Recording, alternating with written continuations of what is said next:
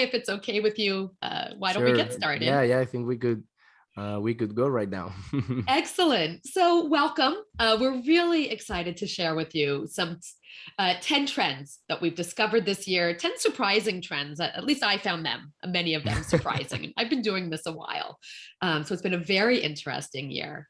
And we'll start with introductions. So Jorge Llorente is here with Jump. I'm Deborah Prywas from Applicaster. And Jorge, tell us a little bit about Jump and the data set that we'll be hearing about today. Thank you, Deborah, first of all. And yeah, I'm part of the business development and strategy team here at Jump. And really, Jump was born in 2016 as a really need in the industry and in the streaming industry, right? We were seeing that trends and the industry was growing itself, and we planned different data and analytics solutions that are constantly adapting to this industry. And this is why something like this topic, this webinar from today, it's going to be really interesting because our topics that are continue to evolve, but also are already here with us, but also will continue to evolve in the near future. Great. Well, again, I'm Deborah Prywas. I'm here from Applicaster. I head up product and marketing for Applicaster. And at Applicaster, we've built a no-code app management platform. We call it Zap. Zap offers a productized, highly configurable approach to building, launching, and updating streaming media apps without compromising your custom design or your custom tech stack. In fact, we have Jump is one of the partners that are available for your custom tech stack on a Zap app. But more importantly, perhaps for this conversation, Zap is providing a lot of our data points and it's powering our methodology in two key ways. One, Zap is powering the app experience for over 98 million end users used by broadcasters and direct-to-consumer video companies and kids, sports, entertainment, and music spaces to build their apps on a variety of platforms. So we can see brand strategies change in real time and change over time. Also, our Zap marketplace, which I just mentioned, it serves as a barometer for change. And it's because we can move quickly. Our platform is made for agility and responsiveness. We use a pluggable architecture, which means that new features and new partner integrations are added as plugins. Plugins are modular, they're quick to code if we need to add new ones. Our customers add them or remove them from their apps as their business needs change. But it means that we can see changes happening over the course of a year. And this was a very interesting year. So to give you some perspective, we added nearly 100, it was maybe 96 third-party plugins were added to our marketplace in the last year. So we'll be talking about some of the trends and categories that exploded in the marketplace.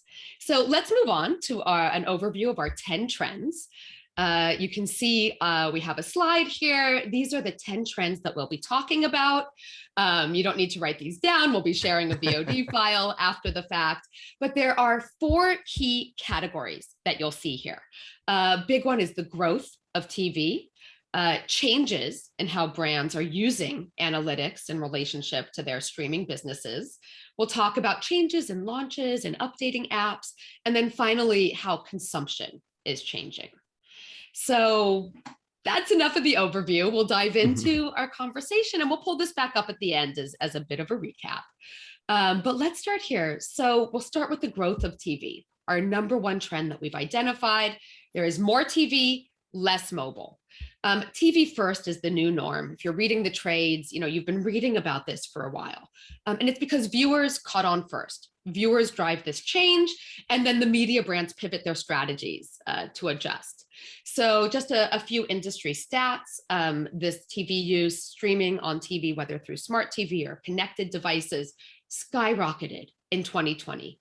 It was up 44% on smart TVs and connected devices year over year in 2020, and then up another 32% in 2021, with smart TV growing the fastest and Samsung owning about a third of that market. Also, this group of smart TVs and connected devices, they have about a 2/3 share of streaming time on a device basis over mobile, over gaming consoles, according to Conviva. And now we're seeing the media brands are pivoting their strategies to adjust. And in Zap, TV platforms were added at a rate of 2-to-1 over mobile. We saw, huge growth there, and even some of our new streamers didn't add mobile at all, which is definitely a new trend. Totally. Jorge, what are you seeing from your perspective?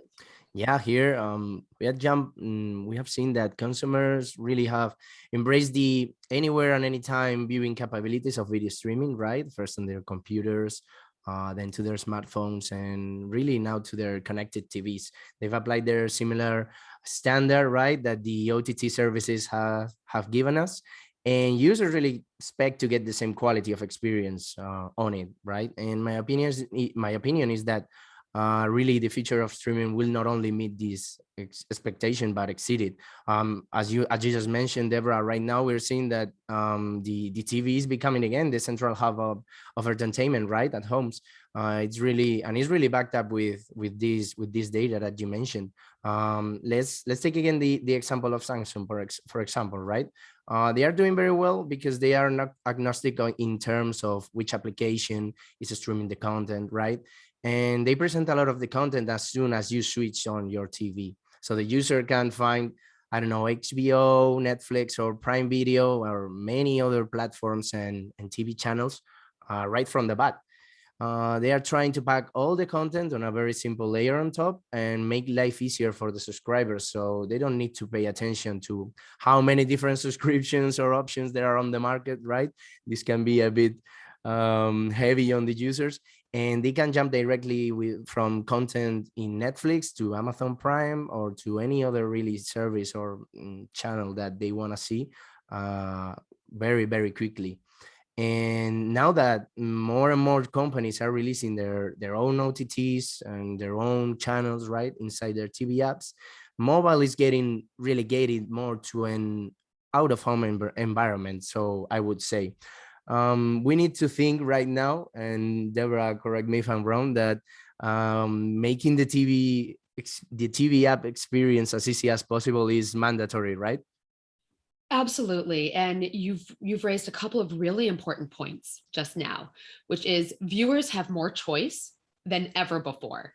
And, while it's wonderful that every platform is making it really easy to find the apps that you desire to see, it also makes it really easy to churn. And we need to remember that viewers are in control. And I know we'll be talking later in we this will webinar. we will tackle on that later, but yeah, as the offer, as you know, is growing as fast as it is, users really have more bargaining power in which service they are going to see. Absolutely. And, from our perspective, we're spending a lot of time making sure that we can help your viewers start watching quickly. So from the Zap perspective, we are spending time on performance optimization. When they choose your app, viewers will take any opportunity to bounce and find something else. They are not patient. And we want to make sure that your app will load quickly, that we spend a lot of time organizing the hierarchy of how content will load so that people can see what their options are to watch and find something they want to watch really, really quickly. We'll move on to number 2. This is related. No, our second trend is more platforms. Brands are adding more platforms for more growth. And what this means is that brands are catching on that they need to be everywhere their viewers are. Again, because of all of this choice. But it also makes for a really nice growth hack where if you need to grow your numbers, you need to grow the revenue. This is a good way to do it. When you add a new platform, when you add a Samsung, they have a third of the market right now. It's really important to make sure that you are then adding that user base. And you're present there, because as easy as it gets to buy a TV, you have direct access to right now more than 20 platforms in just right from the buy, I would say. Yeah, it's a lot. So what we are seeing, and this is a trend that we can quantify, now brands they're definitely catching on. They want to be ubiquitous. And we're seeing on Zap that brands are launching on average 4.3 platforms. So we offer 8 platforms, 2 mobile, 6 different TV platforms. 4.3 is the average. And again, that's even brought down by the fact that, mobile isn't even always a consideration. So brands are adding more platforms to reach these audiences, but also adding more apps to serve niche audiences with genre content or add additional branded touch points. These are kind of two important growth hacks. Yep. But Jorge, let's talk to your expertise and tell us how TV app analytics are comparing with mobile and what you're seeing there. So right now, I would say that TV analytics are in a really good place. The analytics that they were being used, right, for OTT apps in web and in mobile, they have been adapted really well to the TV environment. And we're seeing that not only content providers want this type of analytics, of course, Netflix want to know how is their performance on, I don't know, for example, Samsung TVs or LG TVs, but also these content aggregators have the need for this type of analytics, right? They help with their choosing in which apps, as you mentioned, to add to their ecosystem, right? And as more and more platforms are and services are being included, these TV companies want to track really how well the different services and their content is performing on their devices. Of course, this better helps them make business decisions related to those services and those content. And from our experience, really, it's very important to track this type of metrics at the device level, because it gives you a really, really good information on not only the audience that is watching you, but also the one that you're missing. And are you seeing any difference across behavior on the different TV platforms? Well, when comparing the analytics, really, they're in terms of performance, they're really similar. Okay, it's you have your bread and butter metrics right there, and they work pretty much like mobile or computer. But what it's really interesting that this new, so to say, media, right, to work on is the custom metrics that we can create for it. So, for example, a smart TV, right, that has several services. You have your Amazon, Peacock, all these fast channels right from the bat. We can compare the performance there of them at a device level on, for example, that TV device, and cross these metrics with the different audience types, the device types in the same company, and even track if a piece of content is being more popular on one service or another. This is just an example on what, for example, so there we can do here at Jump. And of course, when offering different types of metrics and KPIs, the sky's the limit here, because the technology that AI and machine learning gives us is that we can take all of this data and create newer metrics that really fit the needs of these services. Great.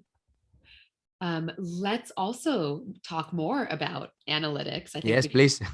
we can move into our next category. We're lucky to have you to share all this information. So as we talk about analytics, our third trend that we discovered is, analytics is king. And it used to be, or the popular phrase may still be, that content is king. Old as gold. Let's talk about how analytics, though, might be better deserving of this crown. And even, Netflix has been in the news a lot lately. They had a press release, might have just been yesterday, but within the last week, of how they are surfacing, how they are, sharing information about their top 10 pieces of content. But, I'd like to, and they get a lot of press about how they spend billions. I think the number is over $13 billion were allocated for content this year in 2021, with more than $5 billion of that going to original content. And this is hard for other streamers to compete with, but I think the key takeaway here is not to focus on the billions of dollars going to content, but really that Netflix is de-risking their investment because they are doing this based on their massive data set. They are using analytics and what they know about viewer behavior to inform future content. And this is a best practice, really, that a brand of any size can take. So what I can share from our data set, we have seen analytics skyrocket. So analytics has always been popular. And in our marketplace, we offer, standalone analytics providers. And then, of course, OVPs, monetization platforms, all of these different platforms, of course, offer their own analytics. But what we've seen is that media brands are now starting to add more analytics integrations over and above what they're already getting from their other providers, because they really feel this need, I think, to understand the change that is going on and to understand their audiences, and also appreciating that their app is a feedback loop. TV was a one-way push. OTT apps are an instantaneous feedback loop that can inform the rest of the business. So we have nearly 40 analytics plugins available in the marketplace. And of the, 40 that were added this year. There was huge demand for premium analytics providers, including outside of the OVPs, of course, including Adobe Analytics or Comscore, Akamai, regional providers that are popular, in specific countries or specific territories. And we saw 20% of streamers just piling on multiple, 2 or more of these premium analytics providers. We made more analytics plugins in the last year to meet this demand more than any other category, including monetization, including players. Like, this really is just the new integration. And we're expecting this trend to continue. So we're putting the work in now, as we speak, to enhance our analytics mapping capabilities so we can take all of the events tracked by every provider that matters, that is out there and relevant and being used regularly, and make these events mappable for everybody. Jorge, tell me, how are your customers using analytics? That's a good question, really, because well, we could really do a separate webinar for this whole section, all right? But We'll give you 3 minutes. Here at Jump, first of all, here at Jump, we think that, as you mentioned, analytics and are the way to go here, and build around an AI and machine learning are the trend right now, all right?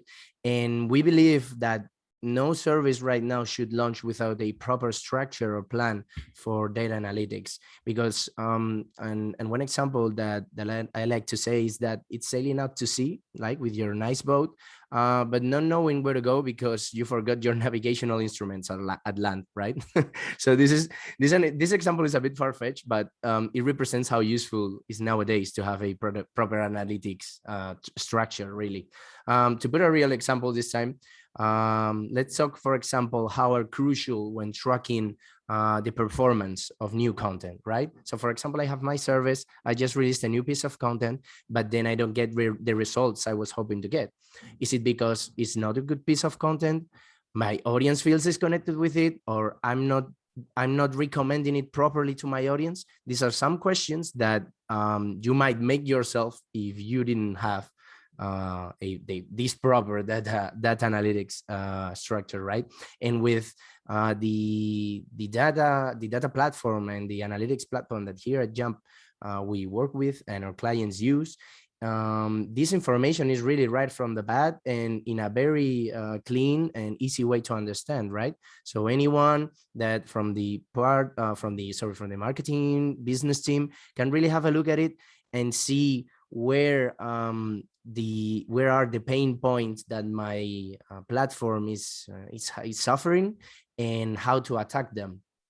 And a recommendation that I would say is that any company that wants to launch or already has a VOD, a TV and pay TV streaming service has to ask one question to themselves.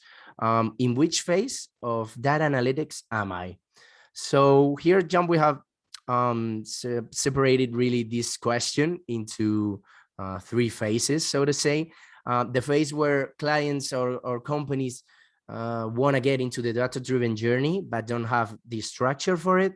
The phase where they have the structure and the data, but they are not measuring it with proper analytic tools. And the phase where the service measures these metrics, but they don't take actions based on this data. Along these 3 phases, we work on, we tackle into them with our technology or with our consultancy services.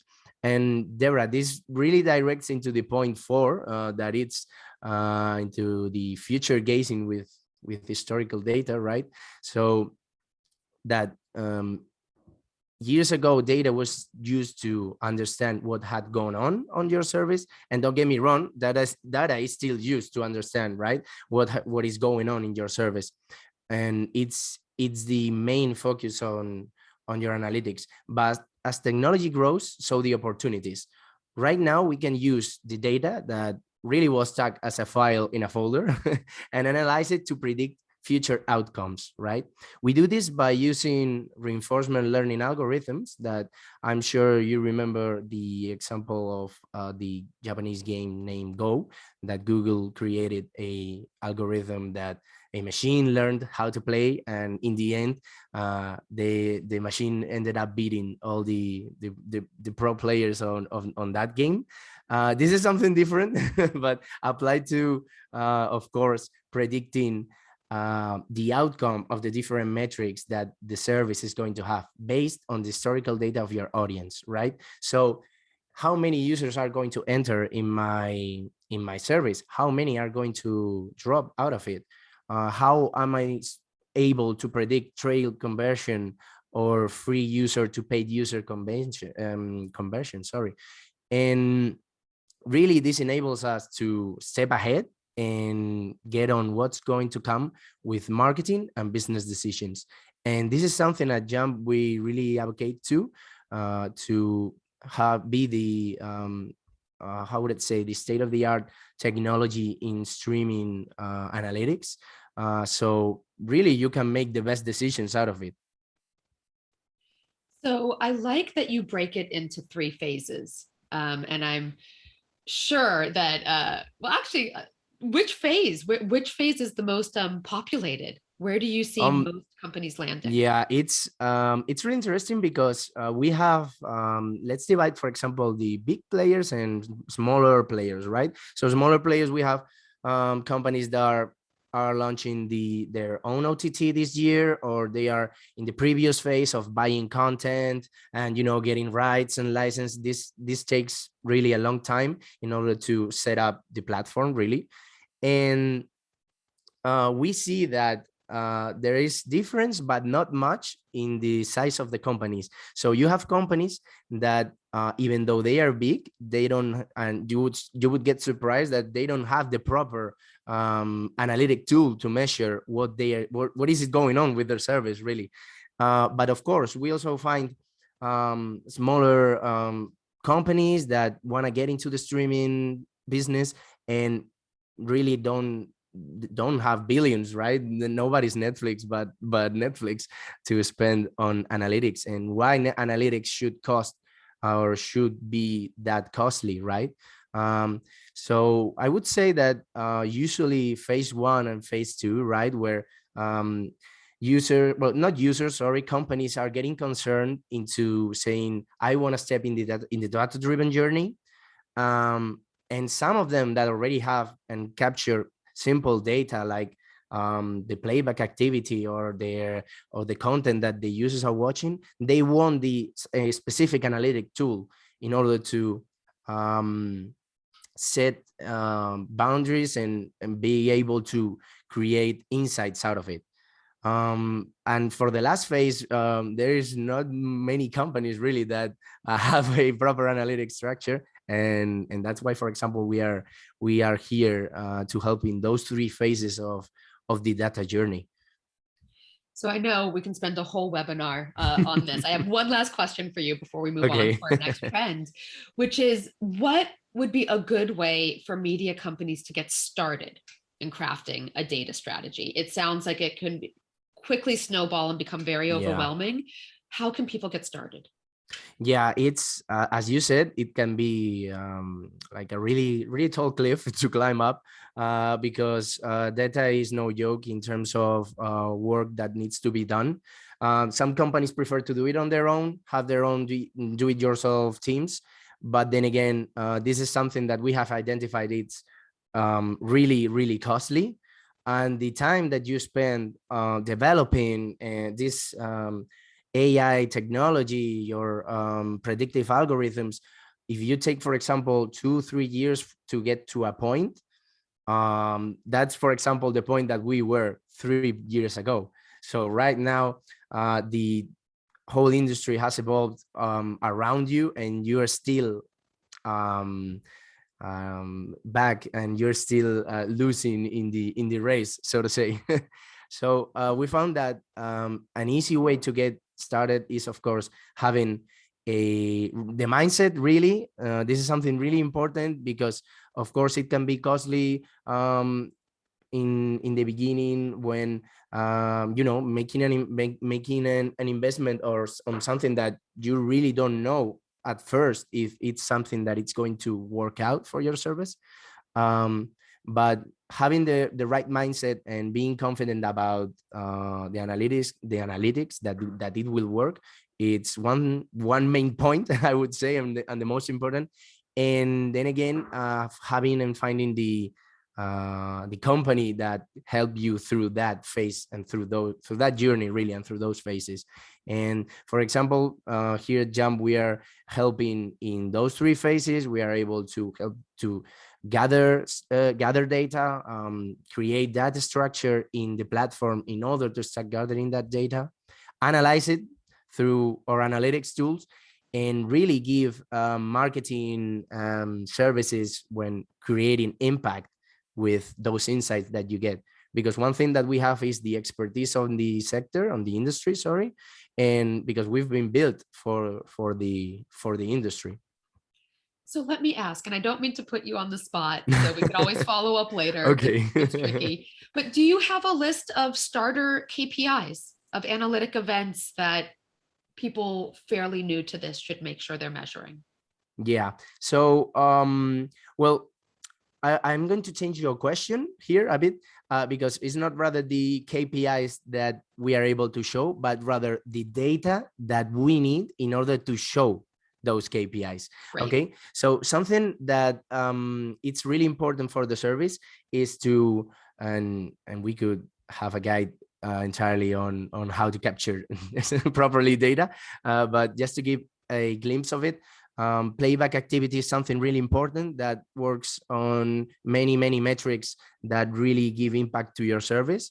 With playback activity, we mean what is this specific user watching, during what time, at what time, how much, has it finished this episode, has it finished the whole series, and also the content metadata in the service needs to also be well structured. So we know that this specific user has been watching an action movie that has, I don't know, this specific director with this specific actor. And this information that may seem easy or trivial, it's really what drives the more complex metrics into being created. Okay. Well, keep us moving along. We're halfway through our time. Let's move on to the next point, which is, oh my goodness, Jorge, I'm losing track. Did we cover our 5th point of data-driven Yes, re-engagement? indeed. All right. So I have more questions. We can stay there if you want for the. No, I have more questions, but we'll see if I can work them in for later. the whole webinar. We'll stick a pin in this. So what I am curious about, we can cover later, is you mentioned some business KPIs. You know, how does marketing use these insights to send an email campaign or do something to re-engage users? But maybe we can talk about that when we get to churn. Yeah, I think we could talk about it on the point 9, with talking about the user profiling and the churn. Okay. We could talk it there because well, Deborah, these are some ways that I've mentioned really to engage, right? To engage, to create the structure, the proper data structure, but with different, different data needs and metrics.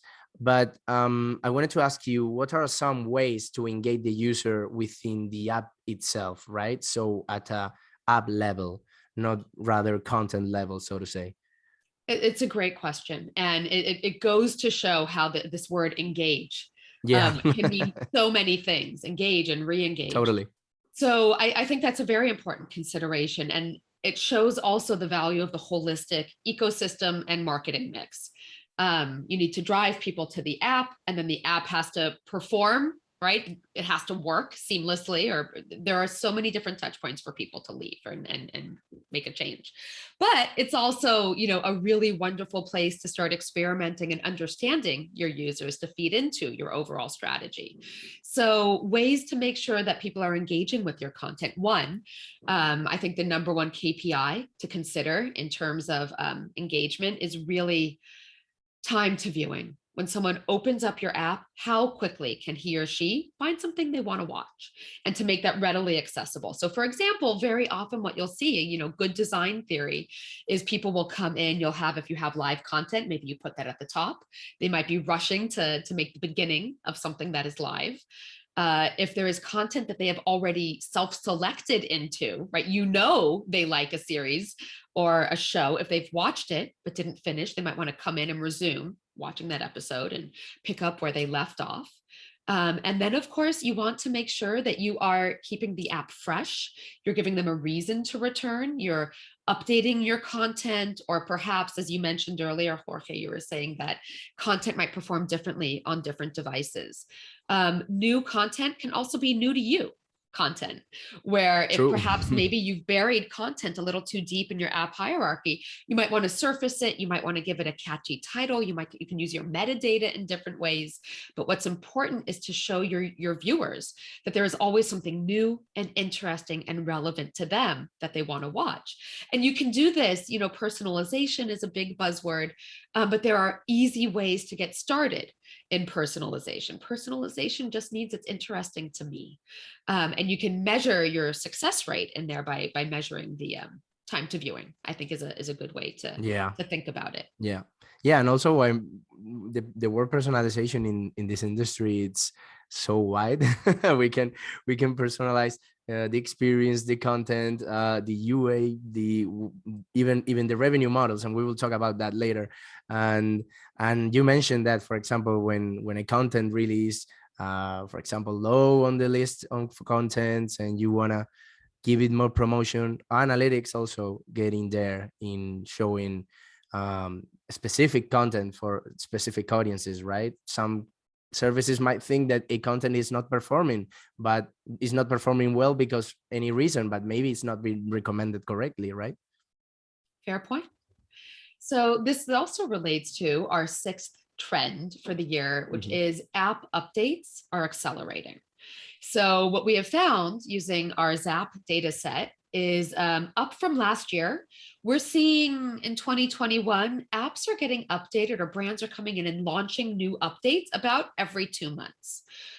With the most responsive brands launching in a shorter time frame, let's say every 1.75 months. And I want to add a little asterisk here, which is with my platform, brands can come in and change come in any time of day and night. They're in the driver's seat. They control their experience, and they can change their UI. They can move content rails around to elevate certain things. They can change something from a rail perhaps to a grid to surface more art, so people can see more in a single view. And I'm not counting these as update. People can do this every day, but it doesn't require a resubmission to the store. This is just something we thought was important, and we built into the functionality. They can, make a rectangle a circle. Maybe a circle will pop better off the screen. So let's put all of that aside. The updates that I'm mentioning with this 2 month, 1.75 to 2 months timeframe, this is functionality. So for example, we have seen customers come in, launch, we'll call it a minimum lovable product, but they are seeing the value of just getting out there quickly and iterating over time. And we'll talk a little bit about that more later. But this is a way to keep the experience fresh as well, to keep adding new features and functionality. So one of our customers is from a radio station group. They have a number of stations here in the US, and they launched their app with the Google Suite. of products, because the goal is to just launch quickly and start gathering that data. As soon as you launch, you're going to want to make changes. We have seen hundreds of times over. And if you don't, your marketing department will. Someone is going to ask for a change immediately. So launch, start collecting data, and then you can make data-driven changes over time. Indeed. So in this particular case study, they decided to add more premium analytics and measure more and different things to understand their audiences. Then at another point, they added podcasts. If you're launching a podcast, or if you want to, kind of mix media in your app, these are all opportunities. And again, it keeps it fresh and gives viewers a reason to come back. This has to be earned. Yeah, totally. Totally. No, I mean that right now, as you mentioned, speed is key into making an impact. And as soon as you said, as soon as you start gathering that data and gathering that information, the sooner you make the changes, the better. Because if you've been rolling for 1-2 months, going blind, and then something comes up that really there's no way to avoid it, really makes it more difficult than if you are launching with a fast app and you're launching with a proper data structure. Yeah, and things to consider for updates to help you look at your business in different ways, or to help reduce that time to viewing. You can think of it as minimizing taps. It used to be clicks on websites, but minimizing taps for viewers. Surface, use it for different locations. Have geography versions of different apps for different markets that surface based on the device's location. It could be updating your revenue model, or adding different revenue options. These are all different things to think about. Or maybe you want to start tracking your users in a more specific way, and you integrate a user management platform. These are just some of these ways. And another way is our 7th trend, which is a new category emerged in our marketplace this year, where we now have multiple plugins for consent management. So sometimes these updates need to be made in response to regulatory changes, local laws, app store requirements, operating system updates. These are additional reasons that you might need to update your app.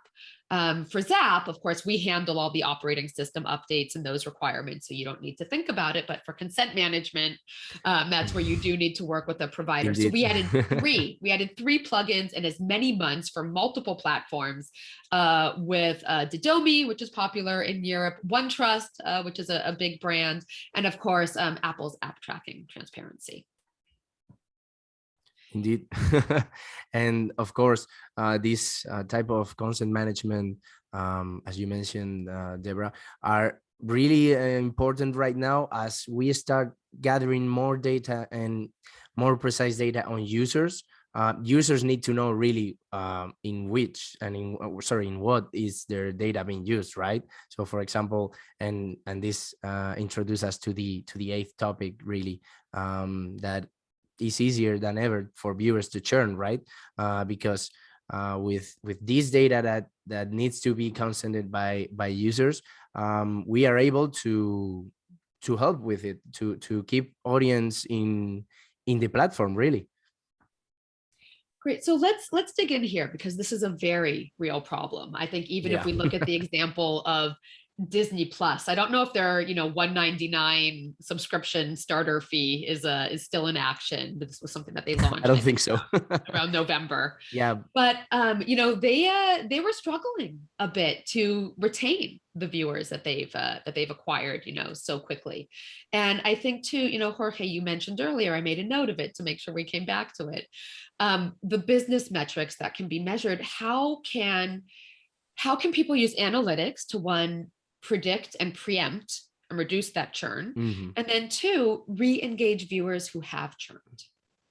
So for the first part, how we can help really these services and these platforms to reduce churn, as of course, as the technology is evolving, so the user base, right? So for now, what we mean by saying that churn is easier is that users have an easier probability to churn, but also we have a better and more advanced technology to prevent it, right? We talked earlier about how as the number of OTTs, of fast channels and platforms is increasing in the industry, users really have more things to decide from what to watch, right?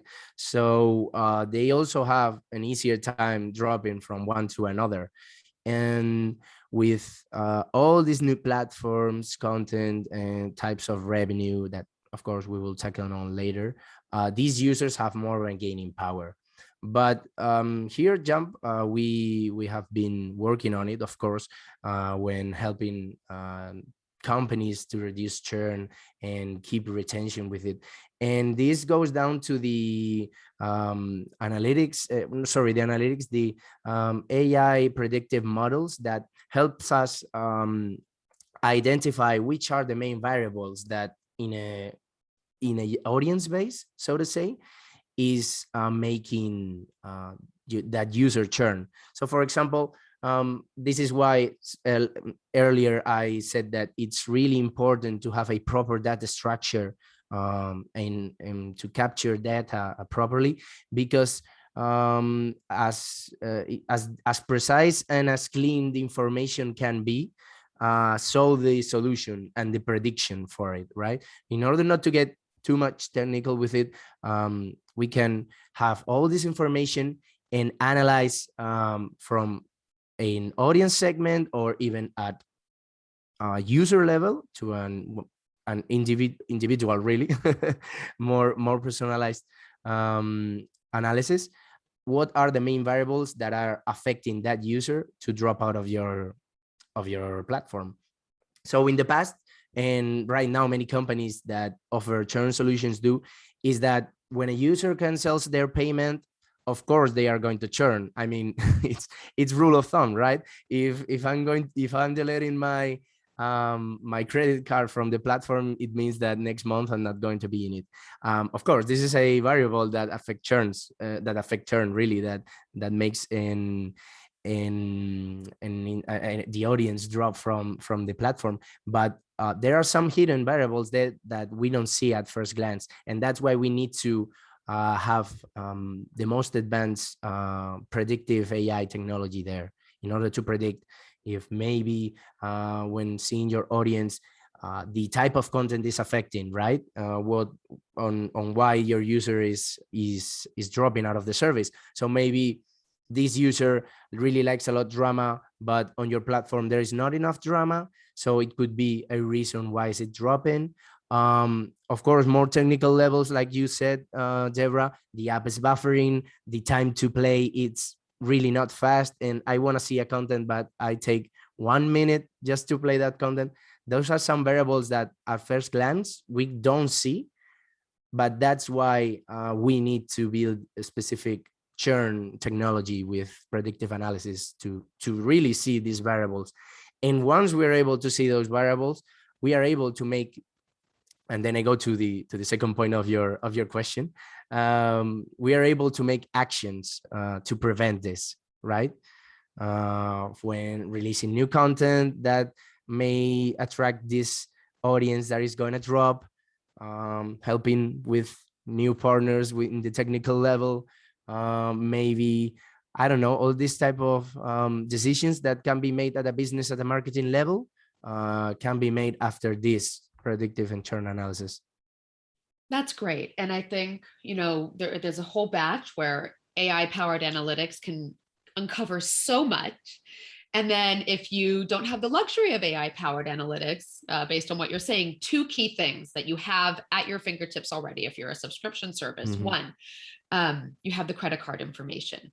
You can see if the credit card information is removed. That is a great opportunity to have an email or other marketing. Of course, of course, that should be mandatory, really, because that's the most simple level of user re-engagement, in order to not lose that customer.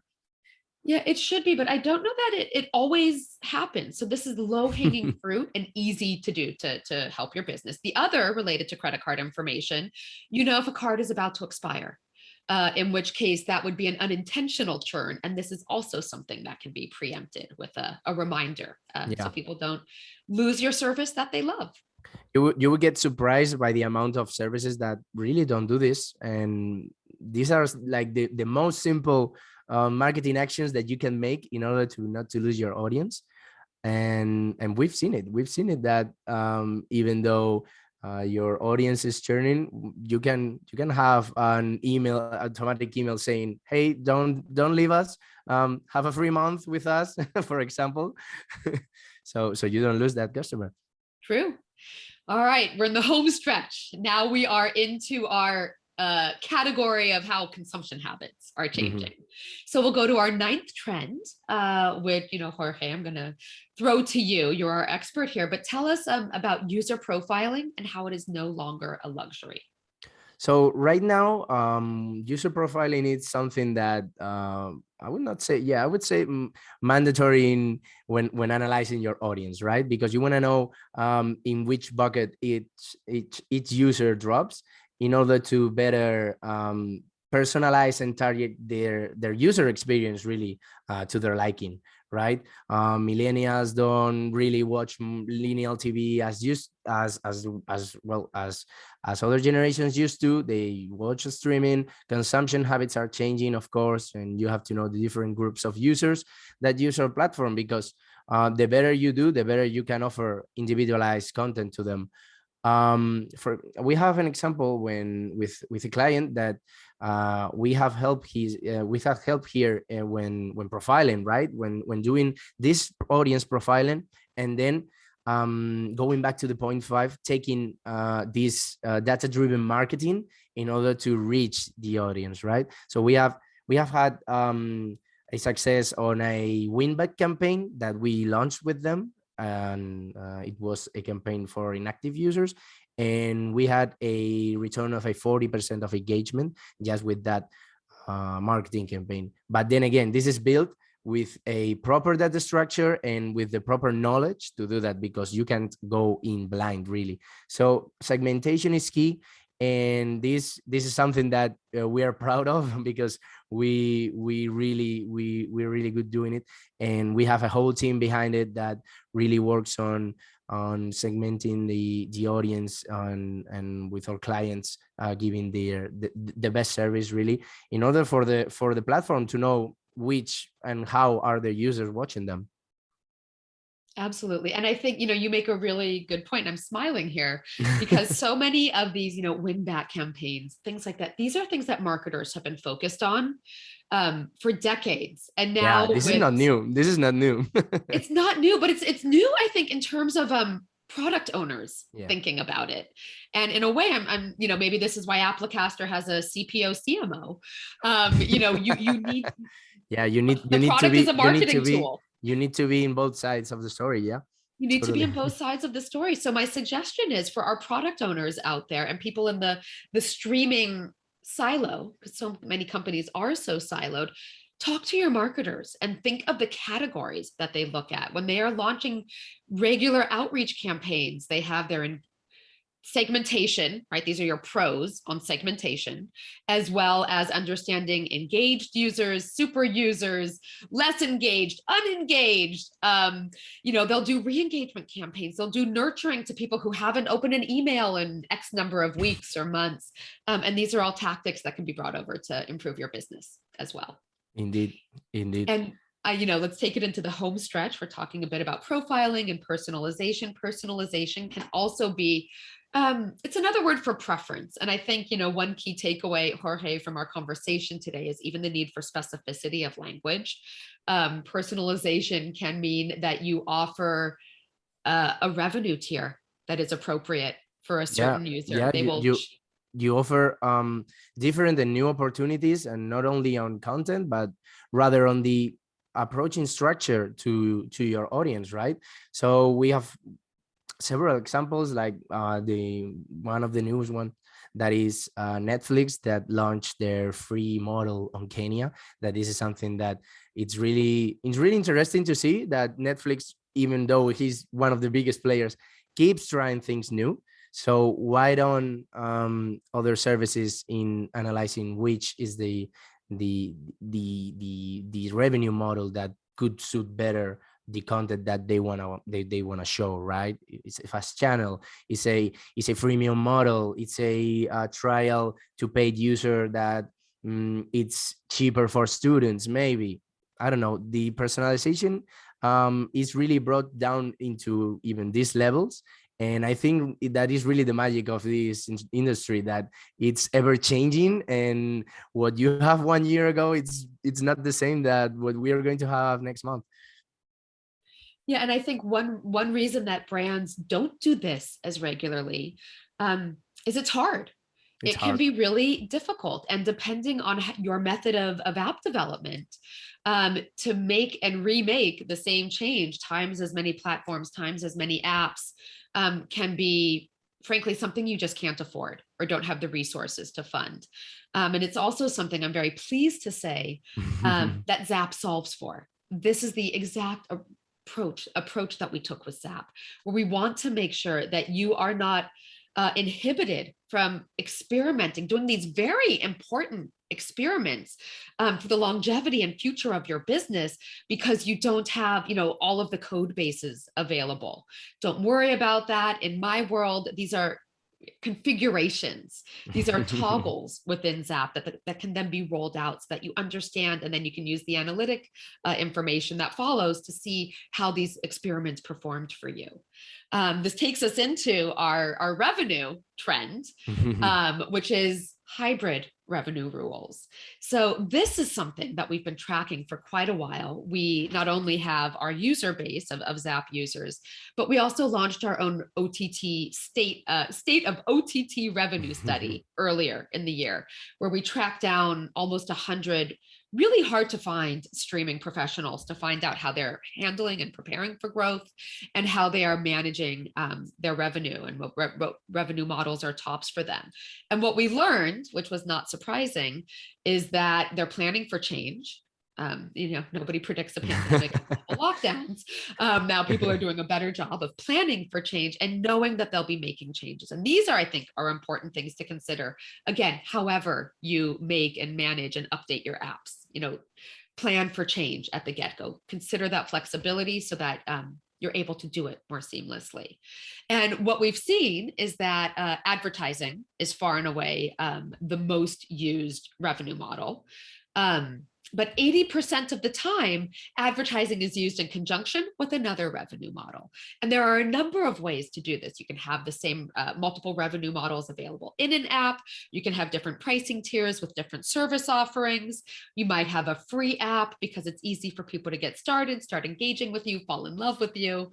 And then maybe you'll have pay-per-view or charge for certain parts of the site.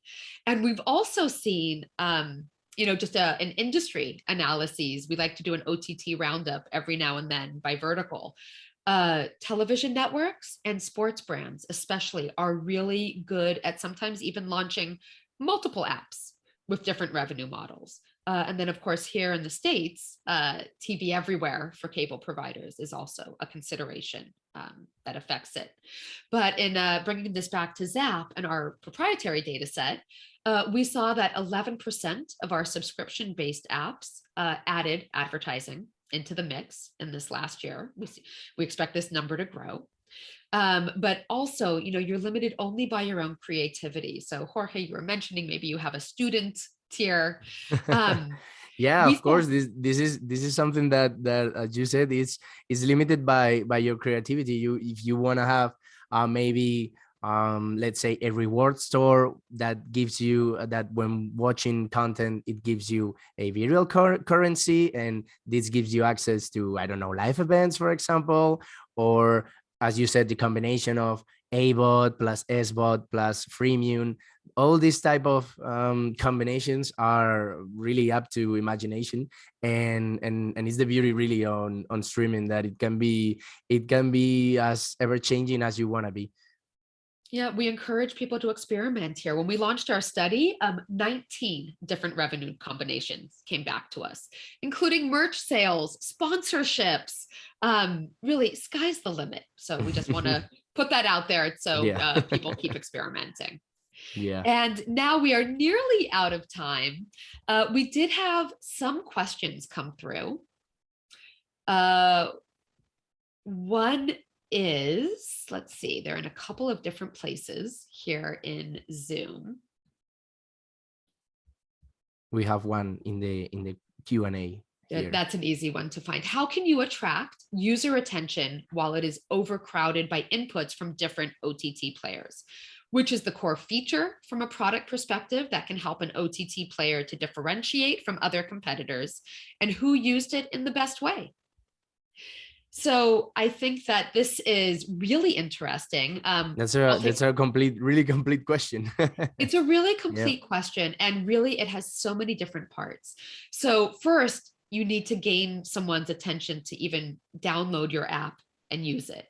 That starts with marketing, that starts with understanding your product market fit, your user base, and promotion. But then I would say before you even get fancy into, what are fancy products to use, in a way, I would say that doesn't matter. And first, just start. The best UI is invisible. Things need to work. They need to work seamlessly. And then, I would call, the next level, right? I tap on something, I click on my smart TV, my video starts playing as expected. Wonderful. Player controls need to work as expected. I remember in the beginning, Amazon Prime, God forbid you wanted to rewind. I mean, you were just taking your life in your hands and you don't know where you were going to end up. And even now, I have an LG TV, which it's a smart TV. It tends to be one of the last categories for getting a native app. Apple TV Plus does not have resume watching.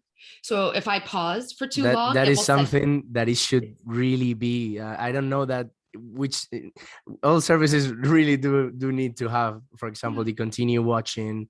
This is something that, for example, we do with our recommendation engine. The continue watching, the you should, or the you would like. This is something, that really needs to be in all services. Right. So my recommendation is don't worry about the best product for attracting user attention. People need to be able to seamlessly enjoy video and stop and resume and have that behavior work as expected. I think but also, sorry. I think that go for it. With how quickly this industry has been evolving, user base and us really as well, we have grown accustomed to a specific type of experience, right? So when we get into a service that doesn't already have these minimum requirements that for us is mandatory, really, this is something that creates backlash and even can make someone churn out of the audience. So a good app structure and a good app experience, as well as a good content offer with a good recommendation. There is nothing really, Deborah, more that I hate that watching an action movie and then having children's cartoons being recommended to me, right? This is something that I don't know, could really drive mad someone and really drop out of the service. And this is something that, for example, with analytics and with for example, our help, you can prevent on having the best personalized experience and also the best track performance for it. Great. All right. We have one more question, and Jorge, we also have one more minute, so I'll throw it to you. Our question is, with so many analytic tools available, what should be the criteria for a media company to select a specific analytic tool as a partner, not including cost as a parameter? So I guess in terms of functionality, what should people look for? Right now, I think that one thing that it could drive any service to a specific analytic tool is to have a good and clean visualization tool. So right now we have several dashboards. You can have Tableau, you can have your CSV files, right?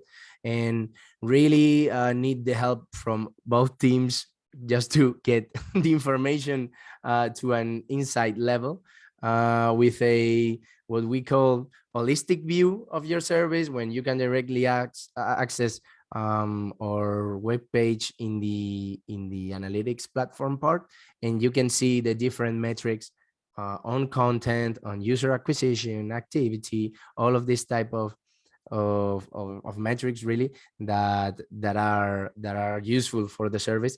So I would say that gives a good user experience for the company in order to take a look at the dashboards, create reports, and really have the information clear, but also the ability to have custom and more advanced metrics, right? Like segmentation and profiling of your audience, advanced churn prediction, all of this type content performance based on series, competition, movies, all these type of metrics that are more complex and that they are created with the work of a team. So that would be my take on that question. All right. Well, thank you so much.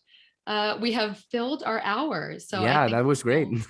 we'll end here. So Jorge, again, thank you so much. It was a great conversation. You offered so much Same feeling. expertise. And that's it. We'll be following up with the VOD file. Of course, and you have I think that you have in our contact in order anyone for us to write us if you want to know anything more about how Applicaster makes their best app experience, or how we can help with the best analytic solutions. We are up for conversation, really. All right. Thank you so much. Thank you, guys.